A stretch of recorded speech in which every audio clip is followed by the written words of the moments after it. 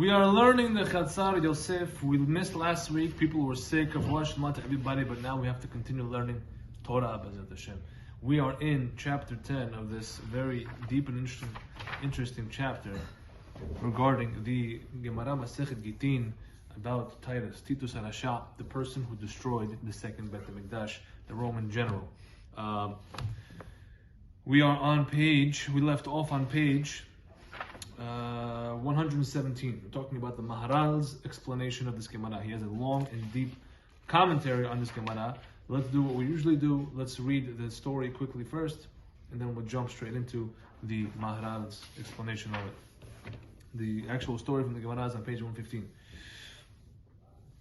Vespasian, who was the Roman general in charge so far of the conquest of Yerushalayim, he went back to Rome because he was appointed as king. And he sent Titus, his son, in his place to finish off the war. And the Gemara quotes a verse. It says, "And he shall say, where is their God, their rock in whom they sought refuge?" This is a pasuk in the Devarim 32-37. This pasuk refers to the wicked Titus, who chiref vegidef, disparaged and denigrated towards heaven, cursed towards heaven pretty much. What did he do? Once he actually broke the walls, and once the Romans are on the upper hand, the Gemara speaks a lot of military historical details about the back and forth war. The Jews were actually very pesky towards the Romans. There were several walls within Yerushalayim that the Jews really defended for a while, but then they lost one wall and they lost the second wall, and the last wall was already in the wall of the temple. And once the Romans finally pushed and breached, because again the Jews were very, very hungry, and they were starved, thirsty. They were fighting with every ounce of soul they had left. But eventually the Roman war machine took over and pushed through. And when Titus finally entered the Holy Temple, the second temple, what did he do, says the Gemara? He grabbed a harlot, a woman whose job it is to serve men, if you know what I mean. He grabbed her in his hand, and he entered the house of the Holy of Holies, Kodesh Kodeshim, with her. And he spread out the Sefer Torah, a Torah scroll, underneath him, and committed the sin with her, right there and there. Wasn't this the Roman Empire? When the Roman Empire took over, right? The Romans, yeah. Titus is Roman. Didn't you say Babylonian? No, Babylonian is the first temple. I did not mention Babylonian once yet in this whole series of lectures. I'm saying Romans. Okay? And the Gemara says, and he took a sword. The second thing he did was he took a sword and he stabbed the parochet, which is the beautiful embroidered curtains that separated between the Holy of Holies and the main sanctuary. He stabbed it, and a miracle was done, says the Gemara, and blood mebatzbitz, which means sprouted forth from the curtain. And he thought he had killed himself. What does that mean, he thought he killed himself? We're going to have to say this every lecture. But this is the Gemara's way of saying that Titus thought he killed the one that cannot be killed. The Gemara doesn't want to say it outright because it's so blasphemous and just wrong to even think about or say, to think that you can kill him. Yes. That's why the Gemara puts it in this way, that he thought he killed himself, which it's a euphemism. The Gemara does that, right? Sometimes, a lot of times when the Gemara has a conversation between two people, one guy will say to the other guy, "Hahu gavra XYZ." That man who did such and such. What is he? When he says that man, he's talking about you. It means you. Instead of you, to say that man, third person. So third person, yeah. Yeah. So here it's a similar sort of situation. There's much more depth here, as we shall see. But simply, the Gemara is describing how Titus thought he killed the one that cannot be killed, as worded as he thought he had killed himself. Okay. As it is stated, it says in Pasuk in Tehillim, your enemies roar in the midst of your meeting place. They have set up their own signs for signs. Meaning he understood the sign of the blood coming out of the curtain as him defeating the one that cannot be defeated. Not only Am Yisrael, but their God.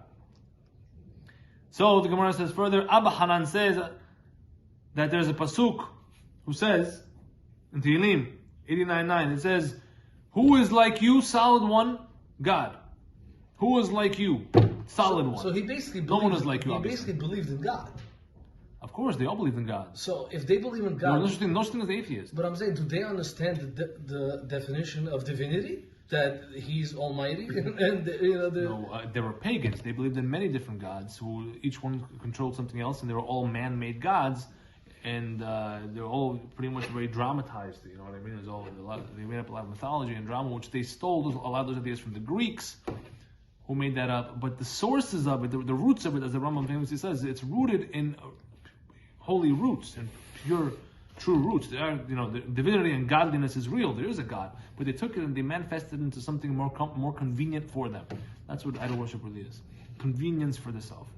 But nevertheless, the Romans, the Greeks, all these ancient civilizations, they always acknowledged other people's gods, and they were interested to find out about them, and many times they would, as we'll see, many times whenever Romans would conquer a certain nation. Remember, they were conquerors.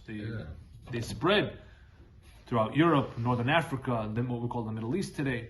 And whenever they met a people who had a certain god and they liked it and they connected with it, they would add that god to their pantheon, or they would copycat that god and add it to their own pantheon of mythological gods.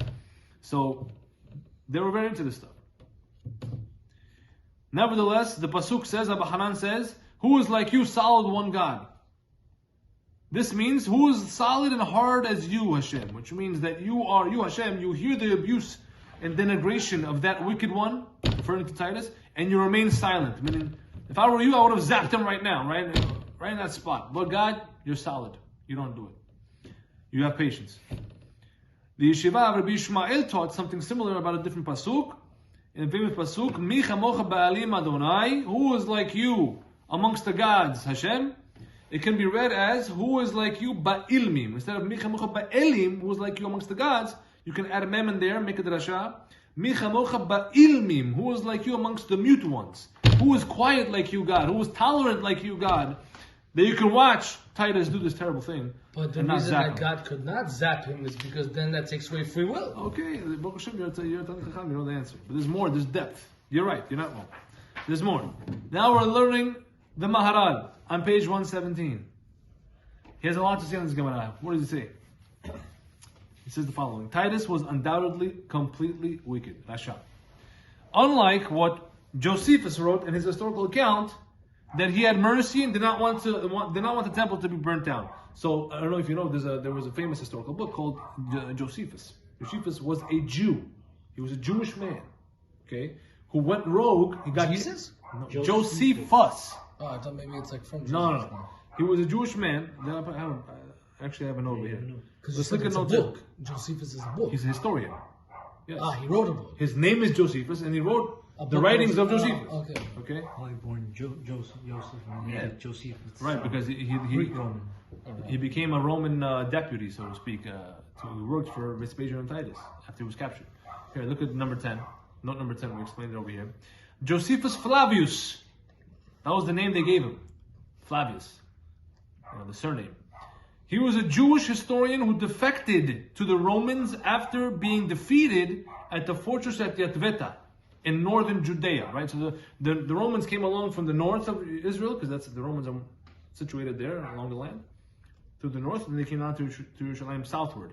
So along the way, there was a fortress city all the way in the north called Yatveta. And Josephus was in command of that fortress. And they, of course, got destroyed by the Romans. And seeing as Josephus was a skilled writer and historian, the Romans took him and used him. And he sort of, to save his own life, he worked for them. Right? We know this because this was passed down. This is history. This is not only by Jews. I'm saying, but not only by Jews. When Titus did what he did, there was no Jew present. So there was. That was my question. What do you mean? You said, you say he did it with the harlot on the Torah or whatever. Oh, that was passed down. Yeah. So I'm saying it was passed down through his words. What he did. Whose words? Titus. How do we know about this occurrence? Because of Titus, right? There were still Jews around. They didn't kill all the Jews. Right? But I'm saying, who witnessed this act? Only Titus. Maybe some Jews witnessed it and he passed it down. Maybe Titus told people. Maybe, But I'm saying the most likely outcome is the fact that he did it and then he said what happened, right? I don't know. I can't answer that question. Somehow we know. I wasn't there to tell you how we know. I'm saying, how can we validate that this occurred? Because it's in the Gemara, period. That is the historical document that documents it. Hold on, but it could be the Gemara records it because that's what the story was at the time, because somebody reported that. Right, that's what I said. I don't know exactly how, but it's in the Gemara. What's in the Gemara? It's validified. I'm saying Titus could have lied that this occurred. If he lied and the Chachamim thought he lied, they would not have put it in. Oh, okay. Okay. Also, there's a lot of historical accounts of Josephus' writings himself. He writes about Titus and a lot of the details about the Roman-Jewish wars we get from Josephus' writings. Okay, so look what it says over here in note number 10. He became the personal scribe for the Vespasian and Titus during these Roman-Jewish wars once he lost. His writings are famous for their detail, but his work is highly criticized for having been written for Roman audiences. He don't write it for Jews, he wrote it for Romans. Right? Thereby necessarily falsifying certain details to make the Romans look good. That's the point. You can't take everything he says at face value. You have to take everything with a grain of salt, because he wrote it specifically for a Roman audience. Isn't this my point? Huh? This is my point. This is not the Gemara. We're talking about Josephus' writings. I know, but they said that you just said the Gemara took accounts from Josephus' writings. No, I did not say that. Didn't you just say that? No. I said historians about these wars. They said Gemara. Historians. He said he doesn't know where they got it from. Okay, no, I'm sorry. That's why I was confused. I thought you said the Gemara used his account. No, absolutely not. Oh, okay. They wouldn't use that.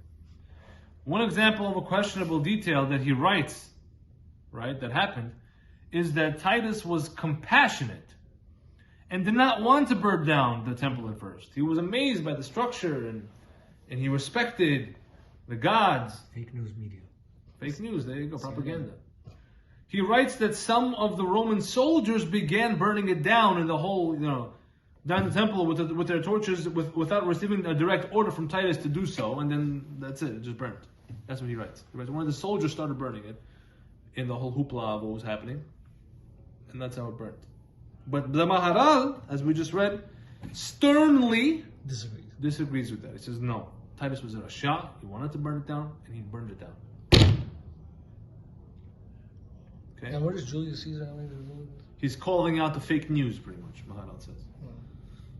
Of course, against another Jew. Because all the fake news, most of the fake news media are unfortunately run by none other than liberal Jews. Lefty liberal Jews. God should help them make the Shuvah. Now, this is nonsense, says the Maharal, that Titus didn't really want to burn it down. Since such a wicked man like him surely did not have the ability to be compassionate. He couldn't if he wanted to, says the Maharal. Even if it were true that Titus protested against burning down the temple in the midst of the commotion of the war, as Josephus writes, he was just doing that what wicked people do, expressing one thing with their mouth while really having the opposite intention in their hearts. Look at note 11. Maharal writes further that even if Josephus' account were true, Titus only wanted to keep the temple erect, meaning standing, to use it for his own glory and antics, which God would not tolerate whatsoever, and so God supervised that it should be burnt down immediately so that Titus could never misuse it. Even though he did misuse it. You meant like later. I mean, once they took it back, they would use it for maybe Roman god worship, of idol worship. Either way, Maharal clearly shows his disdain with Josephus' account of the event.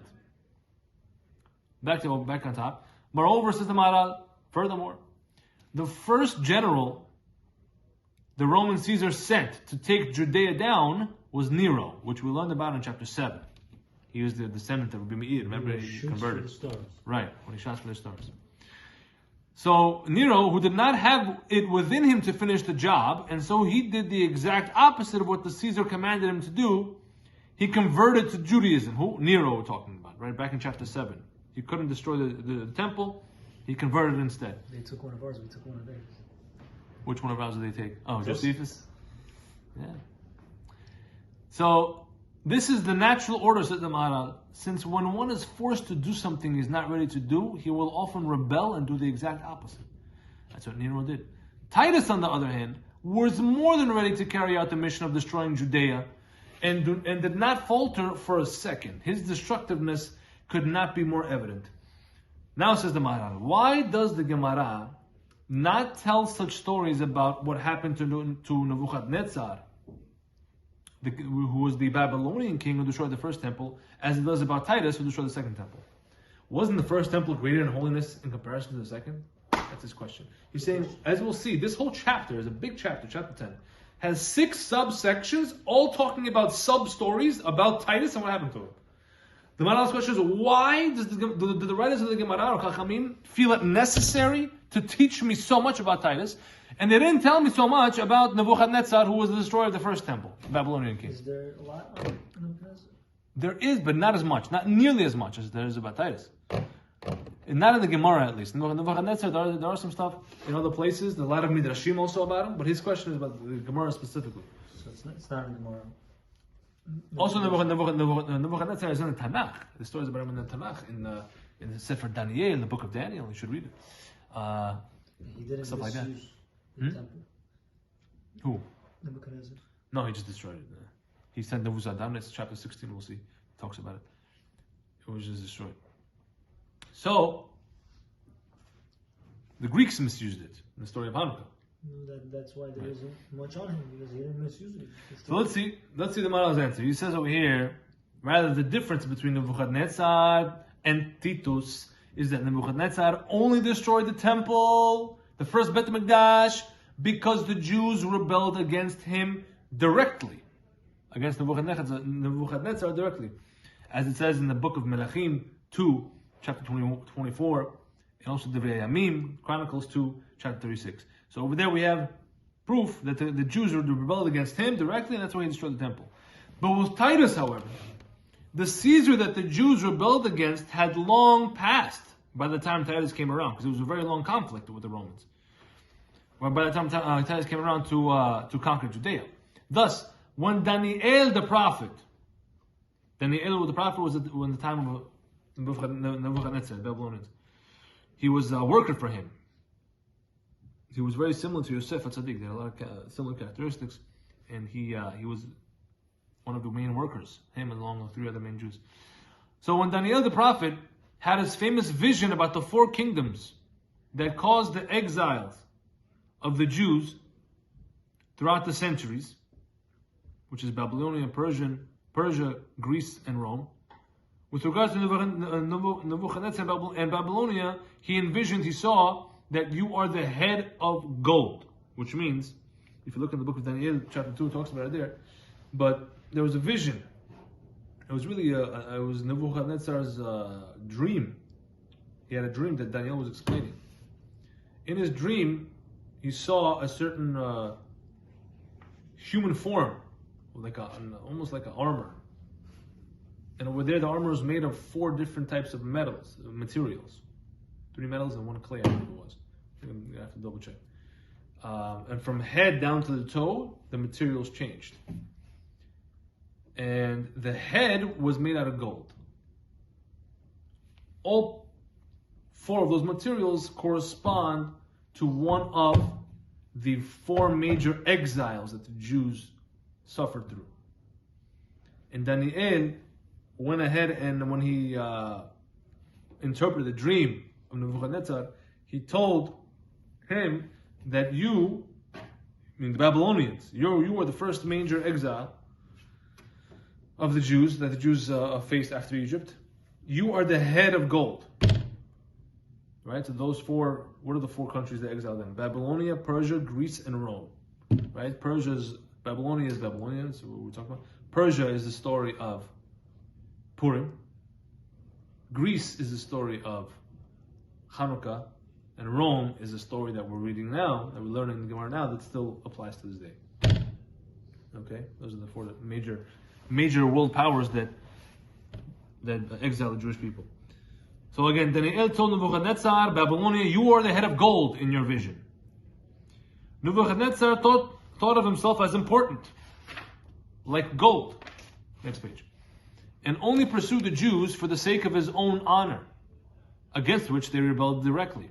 On the other hand, alluding to the exile of Rome, right? Which of those 4 materials that made up that human form structure in Nebuchadnezzar's dream that Daniel interpreted, which of those 4 corresponds to Rome? That's the feet, the bottom one. Right? The bottom one. According to him, Daniel envisioned them, the Romans, as iron. Iron was the Romans. What's iron's function? Its function is to cut, destroy, and injure. It makes weapons. So too, the main goal of the Romans was purely to destroy for no reason at all. He's saying they had a destructive nature, he's saying. Just to feed their own lust for violence. Of course, who's their great-grandfather? Esav. All makes sense. That is why God dealt with Titus the way he did. Which we'll see what God did to Titus. That's in section 3, 4, and 5 below. Stay tuned. Probably a few lectures, several lectures in the future. Which was not so by Nebuchadnezzar. Nebuchadnezzar did not have such a terrible punishment as Titus will have. So, going further over here, the Maharal has a lot more to say. Hopefully we'll finish it by today. Regarding the matter of the harlot that he took inside the Holy of Holies, it is not meant to be taken literally. Another famous example of the Maharal's approach, where he says, the Gemara says this happened, but it doesn't mean it actually happened. It's trying to teach you something metaphorically, says the Maharal. So rather, when it says that he grabbed the zonah, the harlot, it means that Titus attached himself to idolatrous powers when he entered the sanctuary, since idol worship is referred to with the same root as the word znut. Znut means immoral relationships, and idol worship also has the same shorish, same root. How do we know that? As it says, and they shall, pasuk says, and they shall no longer slaughter their offerings to the se'irim. Se'irim are idols. Another name for idols. Hold on. The verse continues and says, Asher hem zonim acharehem. After whom which they stray. Right? Liznot means to stray off the good path. So the same word is used to describe a woman who strays off, who becomes a zonah and sells herself for that. And the same word is used in this context, in this verse, in the context of idol worship, that people stray, zonim, after that. That's from a pasuk in Vaikra. Right? Yes. Question. Is Maharal always also the guy who said that the Egyptian slavery was not really us doing labor, it was us just being... No. It only says in the Gemara, not in the Torah. On the Torah, if it says it happened, it happened. 100%. 100, as they say. 100%. The Torah doesn't lie. No, but there is an opinion that the Torah... Find me the opinion. I haven't seen it yet. Find me the opinion. You told me about it many years ago. I need to see I need to see this written. Even if it is an opinion, it's a very minority opinion, which is probably not worth even entertaining. The Torah says they were enslaved, they were enslaved. That's it. Okay, we're enslaved now also. What do you mean we're enslaved now? What do you mean? We're enslaved. Not the same slave. Okay. So when our Gemara says he sinned with her, it means that he completely sinned with her there. I'm sorry. When our Gemara says that he sinned with her there, it means that he completely attached himself, just like the act of intercourse, right? When act of intercourse between a man and a woman is complete deep attachment. The Torah says, when it describes that act, "V'yu lebasar had," there shall be one flesh, right? So in the same way, Titus, when he entered there, he completely and deeply attached himself as in oneness to what? To the pagan gods, the fake deities, when he entered the sanctuary. This was the special place, right? The Holy of Holies, what was it for? It was a special place for the loving attachment between Hashem and His people, which was represented by the embracing cheruvim, the angelic figures on top of the Ark of the Covenant, right? When the God and the people are on good terms, they would be hugging each other, facing each other. That he attached himself to these idolatry, Mentally. What was his thought process? His thought process was he was thinking about serving and attaching himself to like Zeus or whatever these things. Yeah. Pagans, sure. Just don't understand that thought. I understand when you see the imagery, when you read it, and it's like he did this with the zonah, it gives you like a sense of, oh my God. Right. So he did that just mentally. He went to bed with the pig. Which is a betrayal against the one true God, because all people, including Goyim, have to worship Hashem and acknowledge Hashem. Right? So it's a sin to him as well. It's a betrayal. It's a znut. It's an adultery of sorts as well. Right? famously, it says, I don't know if I bring it here, but it says the Ten Commandments was given in 2 sets of 5. Why that specific formula? Why not just 1 set of 10? Because they correspond to each other. The first 5 is the category between you and God. The second 5 is the category between man and man. So, and they each correspond. 1 with 5, 1 with 6, 2 with 7, 3 with 8, 4 with 9, 5 with 10. So what's the second one? Thou shalt not have any other gods before me. No idol worship. What's the 7th one? Adultery. You shall not betray your love, right? Or sleep with someone you're not allowed to sleep with. So they correspond, because when a person betrays God and goes to another fake god, he is quote unquote committing adultery on God. Because God is owed the bond from Titus everyone. was not committing adultery; he was making love on the Torah. It's not adultery. That's Adultery, by adultery you mean a forbidden relationship of lust. Okay. All right. So says further the Maharal. Furthermore, the Torah scroll contains within it the binding covenant between Hashem and Israel, forging a deep connection with them. That's what the Torah scroll represents. It's the document, it's the ketubah, if you will, between God and His people. When our Gemara says that he set the Torah scroll on the ground and sinned with the harlot on top of it, it simply means that he forged a deep connection with foreign powers at that moment. Again, the Torah scroll represents connection, the harlot is a connection. Just here, he's connecting to the wrong thing in that place. Thus, he did not actually do these actions, since these are surely not kingly deeds. And the point is that Titus eventually becomes king. Rather, this is just our Gemara's way of describing the idolatrous mindset that he came with into the sanctuary. Oh my gosh. I hope no one hears that. Furthermore, Maharal says further, more depth. The blood. How do you explain the blood now? He's just like meditating. What is he doing? I'm still.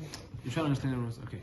Yeah, he's meditating, but he's connecting himself to pagan deities, which means he's connecting himself really to selfishness and himself. Like his ego, that's the depth of it. Yeah. Because all Avodah Zarah at the end of the day is a convenience that I will worship you if you give me something back. That's what they had. They had several gods that only had a certain thing about them. The god of fertility, the god of parnasah, money, wealth, the god of health, the god of the...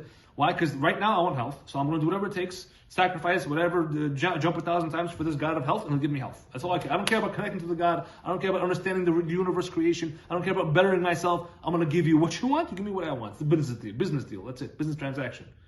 That's what Avodah Zarah is, right? So at the end of the day, why is all that? Because who do you care about when you do that? Yourself. You only care about you, no one else.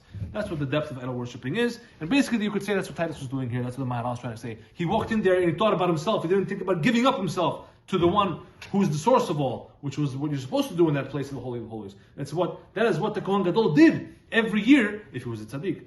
Right? There was plenty of bad ones, unfortunately. But if he was a tzaddik, that's what he was supposed to do on Yom Kippur when he walked through that room every year. By the way, you know what it says? It says in the Torah, when it talks about all of these details of Yom Kippur in the Beit HaMikdash, when the Kohen Gadol has to walk into the Holy of Holies, it says, V'lo yesham adam. There shall not be a man there. How do you understand that simply? No one else there, just him and God. But there's more depth to that. It means there is not even a man there. He's not there either. Why? Because when he walks in, he melts into God, the oneness. You understand? It's not about him, it's about God. In that room. That room is the ultimate oneness room.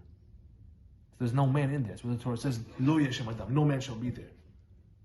Even when he's in there. Titus didn't do that. He pulled it out of me. Okay. Furthermore, says the Maharal, the blood... But that means the Nebuchadnezzar also, that he did... He didn't walk into the Holy of Holies. He just destroyed it. He didn't destroy it. He sent a chamberlain, he sent a executioner, Nebuzaradan was his name, to destroy it. And the executioner becomes Jewish as well. He converts. As I'm giving it away, chapter 16. But we'll talk about that with the ship. So now, the blood sprouting out of the parochet, the curtain, it can be understood based on the Gemara in Masechet Yomah 23a. Says the Maharal. What happened over there? Where two Kohanim engaged in a skirmish. Fancy word for? Fight. A fight. They fought. over a sacrificial lamb meat. They were arguing over it. And one stabbed the other with a holy knife. Meaning a knife that was usually used to shech and do holy service there. He took it and he stabbed the other Kohen. That's my gospan. My lamb, right? Don't touch. The knife was designated for use in the temple, right? So the father of the injured one, he didn't kill him, he injured him, he stabbed him, cut him. The father of the injured Kohen came over and said, I am your atonement, my son.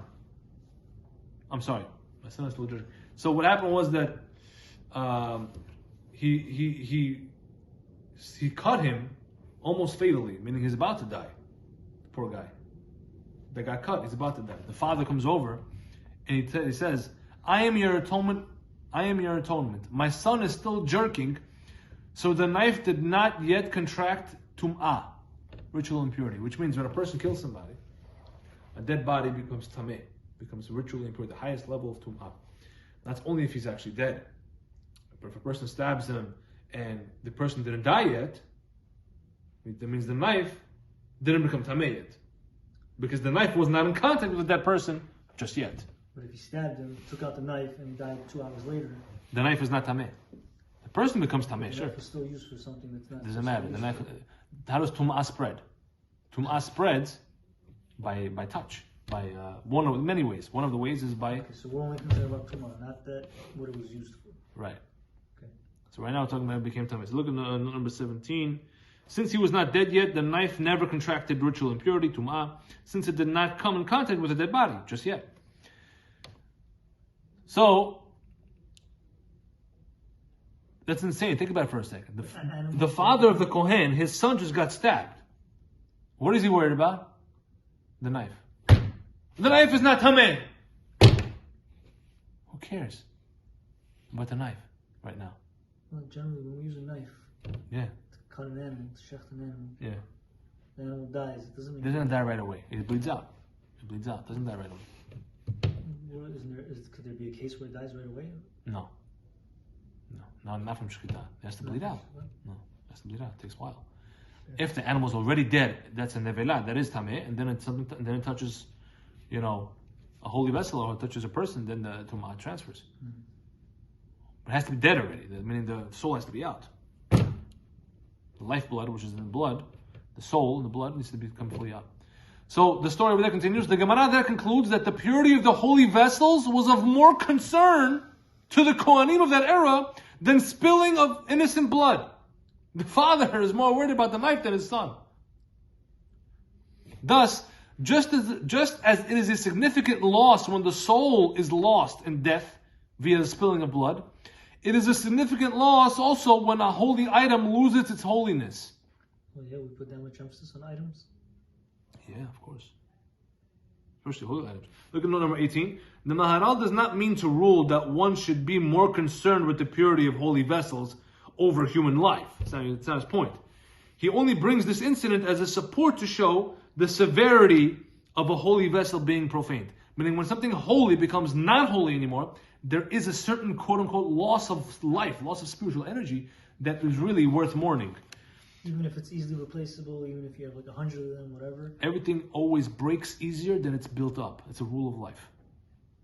It's much easier to break it down than to build it.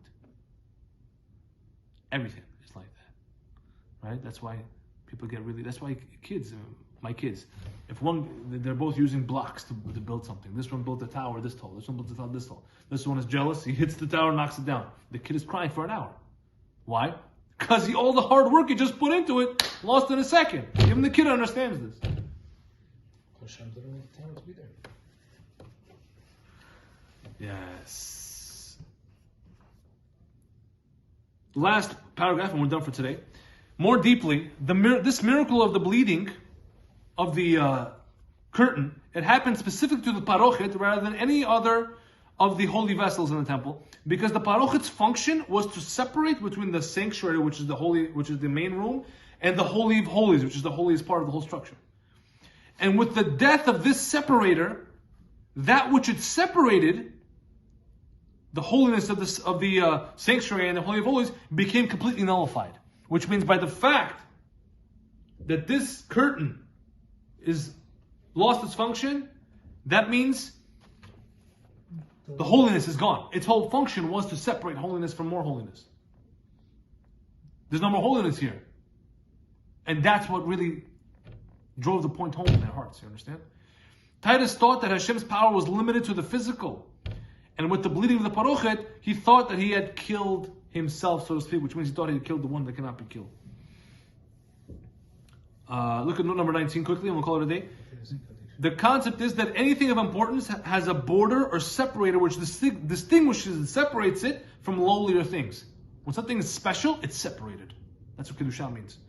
Once that separation is damaged, which is the parochet, that separator was damaged or removed, by definition it also loses its importance. The whole cheshivut, the importance of the temple, was lost. That was the significance of the bleeding of the curtain. We'll go further, the Maharal and other commentaries, B'ezrat Hashem, next week. Amen.